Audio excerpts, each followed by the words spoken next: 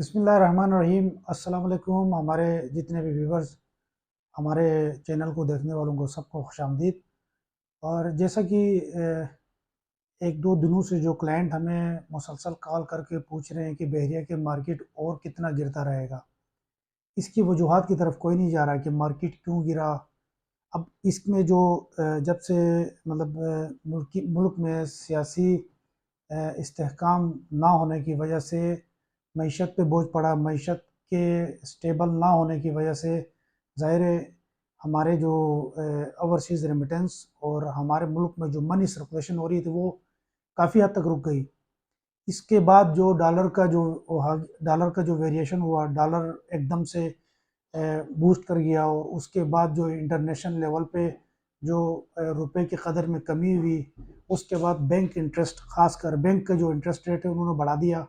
आप किसी भी बैंक में जाते हैं तो आपको 1 लाख के अगेंस्ट हर महीने आपको 1600 से 1700 रुपये मिलते हैं, जो एक बहुत बड़ी अमाउंट बनती है। तो इन सारी चीज़ों को कैलकुलेशन अगर हम करें तो उस हिसाब से मार्केट ने ऑटोमेटिकली रिवर्स हो जाना था। उसके बाद जो सुप्रीम कोर्ट के जो केसेस हुए, जो रूमर्स फैलाए गए, उसकी वजह से ये जो प्राइसेस बैरियर उनके कम हुई है, ये इंशाल्लाह बहुत कम टाइम में ये दोबारा अपने उस हद तक तो नहीं जाएगी, मगर थोड़ा टाइम लगेगा उसको सेटल होने में।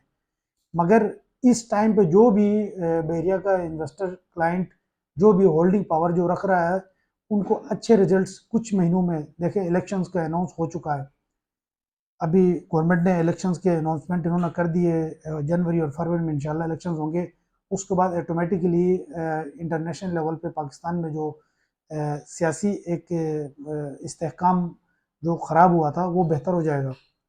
उसके बाद ज़ाहिर है अब तो हमारे जो इदारे हैं उन्होंने डॉलर्स और ख़ासकर ये जो रिफ्यूजीज़ वगैरह जो मुल्क में गैर गैर आउट ऑफ कंट्री जो लोग जो अफ़गानिस्तान से यहाँ रह रहे थे, उनको भी किसी हद तक यहाँ से मतलब डिपोर्ट कर दिया है, जिसकी वजह से बेहतरी की तरफ जा रहे हैं मामला।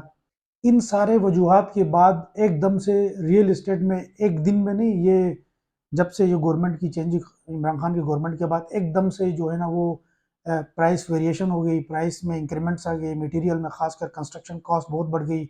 उसके बाद ज़ाहिर डॉलर वेरिएशन डायरेक्टली डिपेंडेंट है जितनी भी हमारी इंडस्ट्रीज है उनके साथ। उसके बाद मार्केट पे प्रेशर ऑटोमेटिकली बिल्डअप हो गया। फिर जो इन्वेस्टर हजरात, जो बिल्डर्स यहाँ पे हाई राइज भी बना रहे थे, जो रेजिडेंशियल में काम कर रहे थे, उन्होंने भी हाथ रोक लिया इन प्राइस वेरिएशंस की वजह से।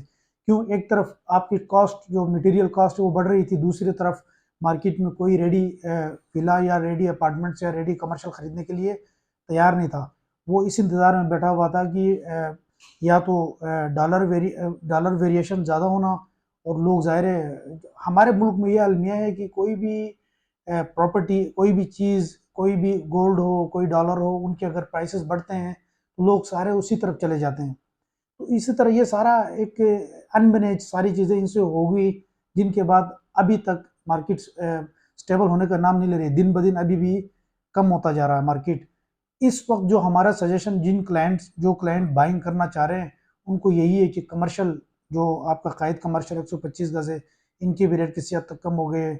उसके बाद आपके विलास, जो रेडी विलास है, वो भी किसी हद तक ज़ाहिर है जो इन्वेस्टर हजरात जिन्होंने, जो बिल्डर्स हजरात जिन्होंने बनाए थे, वो भी उनको लेसन ऐड करना चाह रहे हैं, वो भी आपको अच्छे प्राइसेस में मिल सकते हैं।